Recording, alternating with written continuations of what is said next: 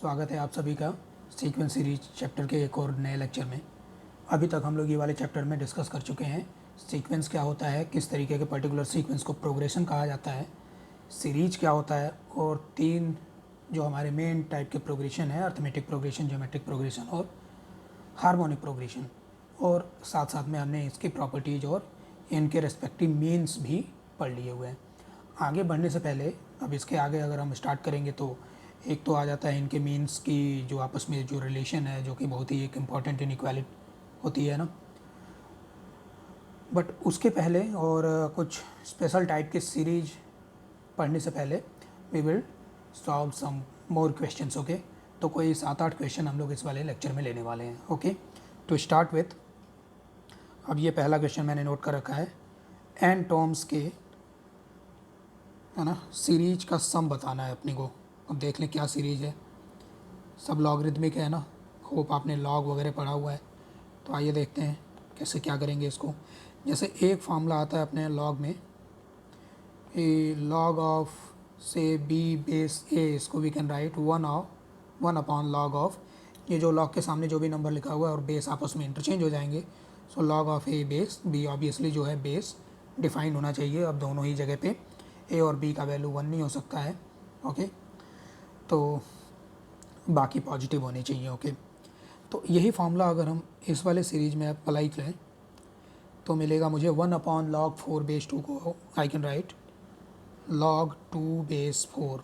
Next जो होगा log 4 base 4, उसका नेक्स्ट हो जाएगा लॉग 8 बेस 4।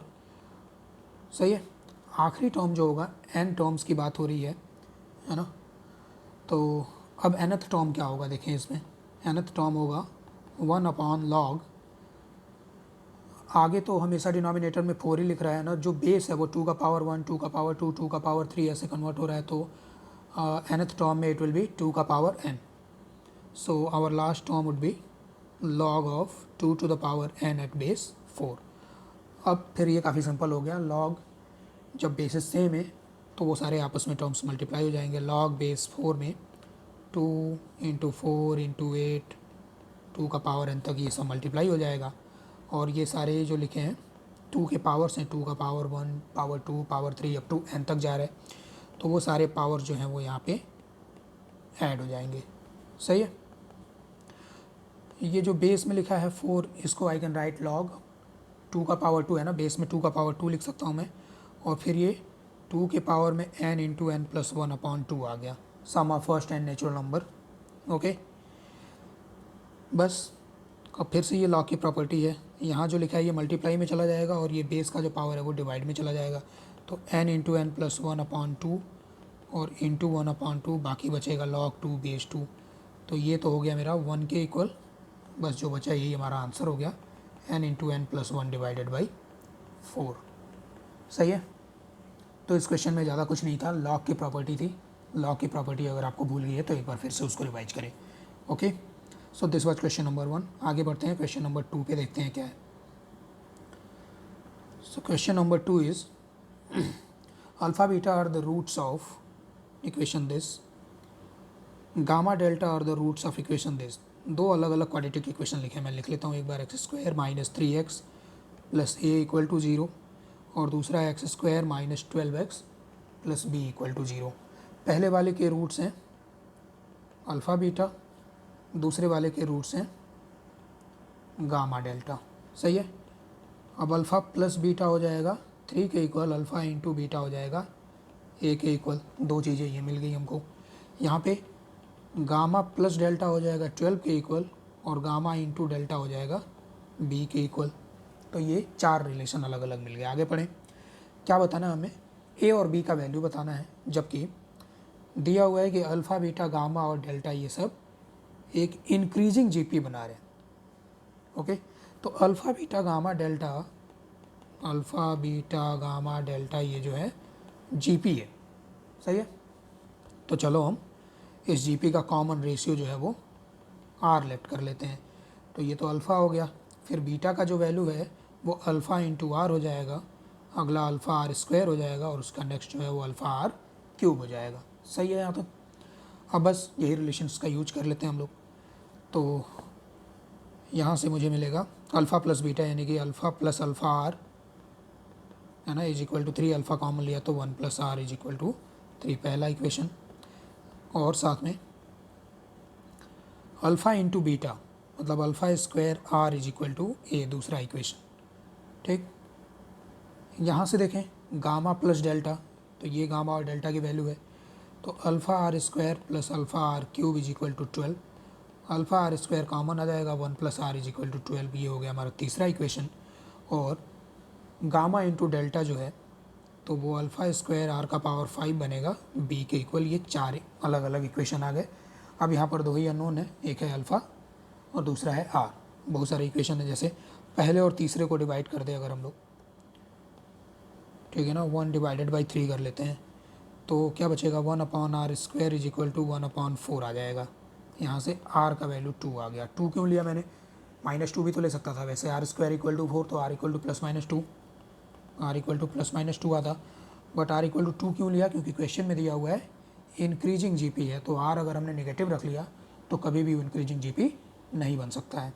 ठीक, अच्छा अब आर का वैल्यू मिल गया, तो अगर हम पहले इक्वेशन की बात करें तो वहाँ से अल्फ़ा मिल जाएगा। देखो अल्फ़ा बराबर क्या आ जाएगा 1, अल्फ़ा 1 आ गया और कॉमन रेशियो मिल गया, तो जो नंबर्स हैं हमारे वो हो गए। देखो क्या क्या नंबर्स हमने एज्यूम किया था, अल्फ़ा पहला टर्म था और कॉमन रेशियो 2 था, तो 1 2 4 और 8 ये हमारे नंबर्स हो गए। कौन कौन से, ए बी सी और डी।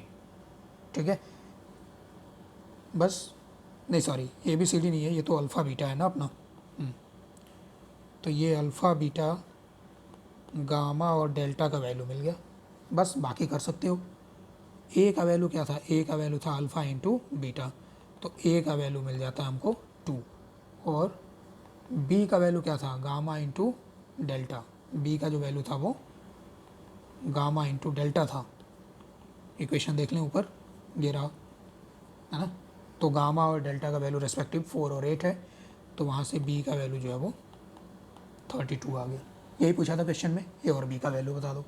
सही है, हो गया क्वेश्चन। नहीं समझ आया होगा तो एक बार फिर से इसको रिपीट करके देखेंगे आप लोग। ओके, तो हम तो बढ़ते हैं आगे क्वेश्चन पे। So next question is a to the power x equal है b to the power y के इक्वल है c to the power z equal है डी पावर टी के, है ना। साथ में दिया हुआ है कि ए बी सी डी जो है वो जीपी में है, तो एक्स वाई जेड और टी कौन से प्रोग्रेशन में होंगे, A P G P H P या कोई भी प्रोग्रेशन नहीं बनेगा, ऐसा हमें बताना है।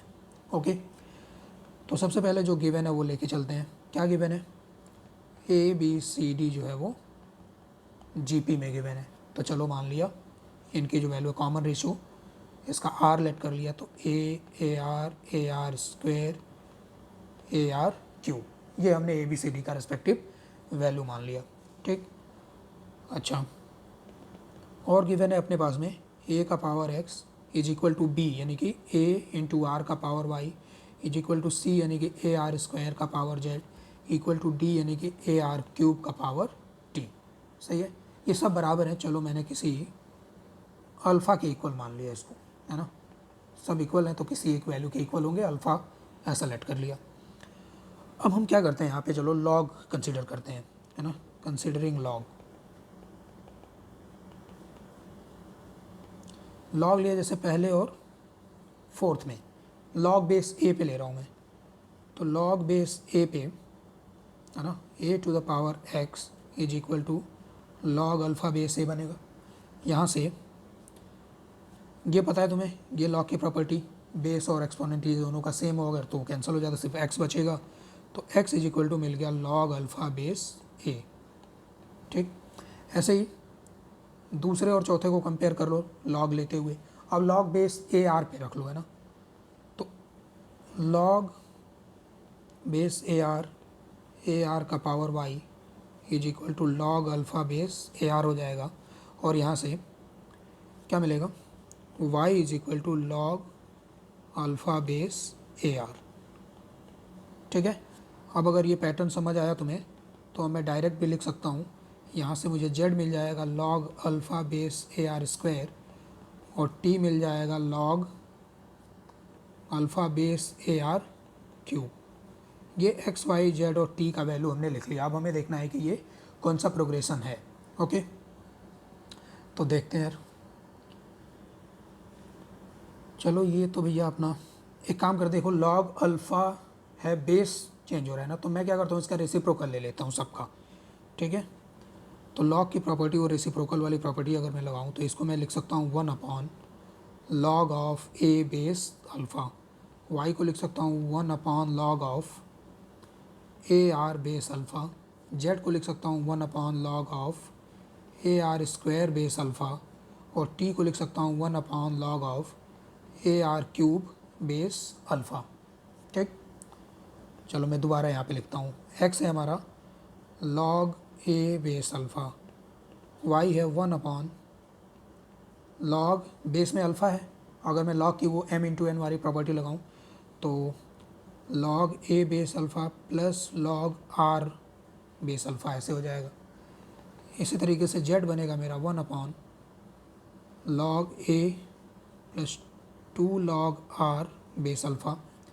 और जो मेरा टी होगा, okay, t would be 1 upon log a base alpha plus 3 times log r base alpha.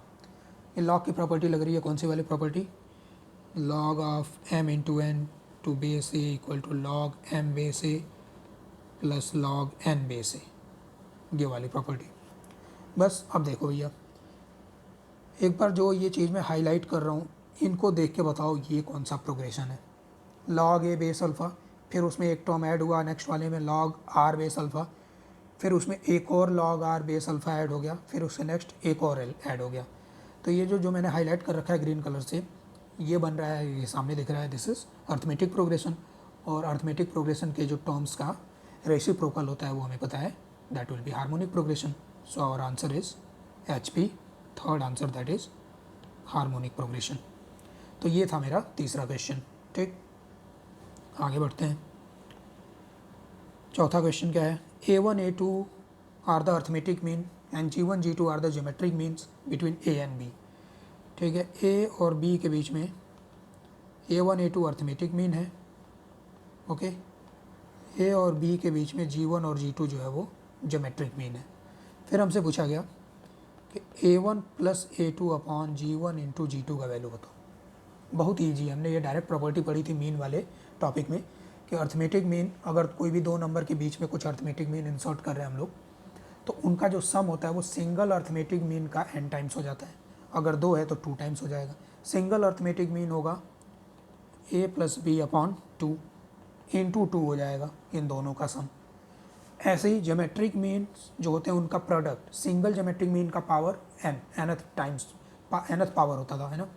Single geometric mean होता है रूट AB, तो उसका पावर कितना हो गया 2, क्योंकि 2 हैं। सही है, बस आंसर हो गया A plus b upon A into b. तो ये तो सिंपल ही था। आगे बढ़ते हैं। पांचवा क्वेश्चन है natural numbers are grouped as.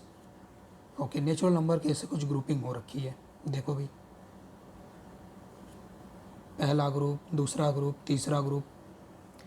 Question ये है कि इस तरीके के जो nth ग्रुप होगा, जो nवां ग्रुप होगा, उसके अंदर बहुत सारे नंबर्स होंगे, तो उन नंबर्स का सम कितना होगा।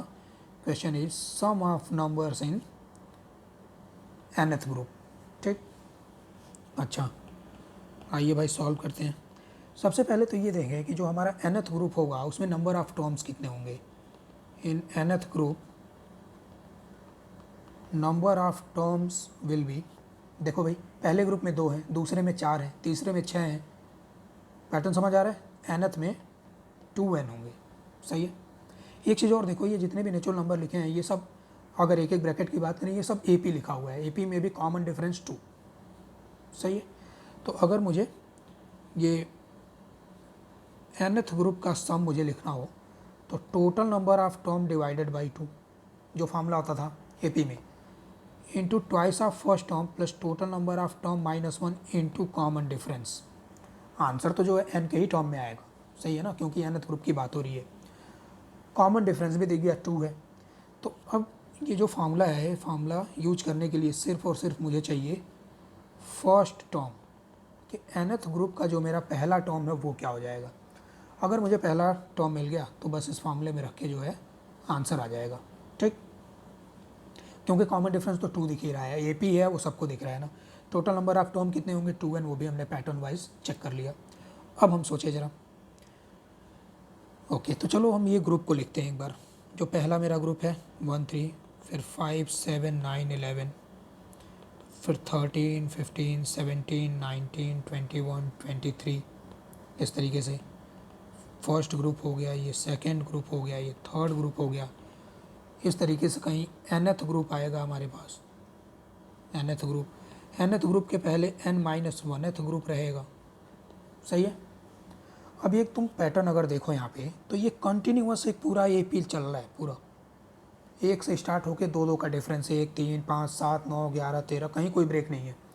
इसका मतलब ये है कि अगर मैं n-1th ग्रुप का लास्ट टर्म पता कर लूँ, आखिरी टर्म, तो उसमें +2 करके मुझे nth ग्रुप का पहला टर्म मिल जाएगा, सही है। तो ये पैटर्न अगर मुझे समझ आया, अब मेरा फोकस रहना चाहिए कि n-1th ग्रुप का आखिरी टर्म क्या होगा, सही है। तो अब मैं यहाँ से पूरा यहाँ तक अगर देखूँ, ये पूरा n-1th ग्रुप के आखिरी तक, तो ये एक AP तो दिख रहा है मुझे, जिस AP का पहला टर्म 1 है। कॉमन डिफरेंस क्या है, तो कॉमन डिफरेंस भैया कॉमन डिफरेंस क्या है मेरा, कॉमन डिफरेंस तो 2 ही है। नंबर ऑफ टर्म कितने हैं, नंबर ऑफ टर्म ये काउंट कर सकते हैं हम लोग। मैं क्या बोल रहा हूँ, इधर से लेके, यहाँ से लेके, स्टार्टिंग से लेके, और ये n-1th ग्रुप तक जाना है मुझे। पूरा AP है, फर्स्ट टर्म भी पता है, कॉमन डिफरेंस भी पता है, सिर्फ मुझे नंबर ऑफ टर्म देखने की, ये टोटल नंबर ऑफ टर्म कितने हैं, ठीक। तो भैया पहले ग्रुप में 2 टर्म, अगले में 4, अगले में 6, तो n-1th में 2 × n-1, ये टोटल नंबर ऑफ टर्म हो गए। इसको सॉल्व करना ये बहुत ही आसान है, 2 कॉमन लिया तो 1 2 3, कहाँ तक गया ये n-1 तक। तो n-1 नेचुरल नंबर का सम, 2 × नंबर ऑफ टर्म जो है n-1/2 इंटू पहला टर्म प्लस लास्ट वाला टर्म। AP के सम का फार्मूला लिखा हमने, 2 से 2 कट गया तो n × n-1 ये आया टोटल नंबर। इसका मतलब कि n × n-1th टर्म जो होगा मेरा, वो n-1th ग्रुप का आखिरी टर्म होगा, सही है, ठीक। तो मैं लिखता हूँ last term of n-1th group, ये है n × n-1th टर्म, कौन से AP का, ये 1 3 5 7 वाले AP का। तो वो होगा first term a + n-1 × d plus n² - n-1, जो भी टर्म निकालना है उसमें से -1 इंटू कॉमन डिफरेंस, ये हो गया। तो 1 + 2n² - 2n - 2, ये जो टर्म निकला है ये n-1th ग्रुप का आखिरी टर्म है, सही। अच्छा तो यार फिर फर्स्ट टर्म हमारा, फर्स्ट टर्म nth ग्रुप का क्या हो जाएगा, इसी में +2 कर दो, तो 1 + 2n² - 2n, ये हो गया। +2 किया तो ये -2 जो है वो कैंसिल हो गया। अब हम आंसर लिख लेंगे। टोटल नंबर ऑफ टर्म थे 2n/2 divided by twice of first term हमने कैलकुलेट कर लिया, 1 + 2n², ठीक है, -2n plus 2n - 1 into common difference हमारा 2 है। ये हम लोग nth ग्रुप के जितने भी टर्म्स हैं उनका सम लिख रहे हैं, ठीक। इसको सॉल्व कर लेना, 2 2 यहाँ कैंसिल हो गया, ये देखो प्लस का 4n माइनस का 4n कैंसिल, -2 और +2 कैंसिल, तो 4n² 4n³ हो गया हमारा आंसर, ठीक। ओके आगे बढ़ते हैं हम लोग। नंबर 6 है हमारा, in a quadratic equation ax² + bx + c = 0, b² - 4ac, जिसको हम लोग क्या बोलते हैं डिस्क्रिमिनेंट, उसको इन्होंने डेल्टा बोल दिया, सही। फिर हमसे ये बोला जा रहा है कि अल्फ़ा + बीटा, α² + β², α³ + β³, ये बना रहे हैं GP ज्योमेट्रिक प्रोग्रेशन, जहाँ पर अल्फ़ा और बीटा क्या है तो ये इन्होंने बताया कि अल्फ़ा बीटा जो है वो, ये जो हमारा क्वाड्रेटिक इक्वेशन था ax² + bx + c = 0, इसके रूट्स हैं अल्फ़ा और बीटा। तो यार अल्फ़ा प्लस बीटा तुरंत लिख लिया हमने -b/a, अल्फ़ा इंटू बीटा हमने लिख लिया c/a। ये दो इक्वेशन हमें पता लग गया। अब हम अल्फ़ा² + बीटा² पता कर लेते हैं, अल्फ़ा³ + बीटा³ देख लेते हैं। अल्फ़ा² + बीटा² होता है अल्फ़ा प्लस बीटा का whole square -2 alpha into beta, सही है। तो यहाँ से b² / a² -2c/a हो गया, गुड। थोड़ा सिंप्लीफाई किया तो b² - 2ac/a²। अल्फ़ा³ + बीटा³ की बात करूँ अगर मैं, तो इसको मैं लिख सकता हूँ अल्फ़ा प्लस बीटा का whole cube -3 alpha beta into alpha plus beta, सही है। बस सबका वैल्यू डाल दो। -b/a का होल क्यूब हो गया -b³ -3c/a, alpha into beta जब प्रोडक्ट ऑफ रूट है, और सम ऑफ रूट हो गया अपना -b/, तो माइनस माइनस हो गया यहाँ पे प्लस। थोड़ा इसको भी सिंप्लीफाई कर लेते हैं, -b³ + 3abc हो गया, a³ आ गया अपना एलसीएम, ठीक।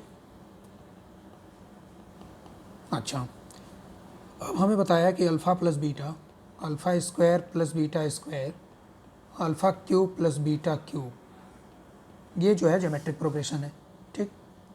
अच्छा, मतलब -b/a, b² - 2ac/a² और -b³ + 3abc/a³, ये है ज्योमेट्रिक प्रोग्रेशन, ठीक।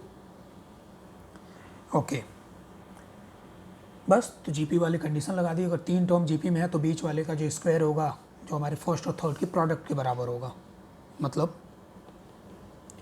b² - 2ac/a² का whole square is equal to -b/a into -b³ + 3abc/a³, ठीक है। डिनोमिनेटर में देखो a⁴ कैंसिल हो गया, क्यों, a का वैल्यू 0 तो होगा नहीं, वो तो क्वाड्रेटिक इक्वेशन दे रखा है, तो ax² ये तो 0 बनेगा नहीं।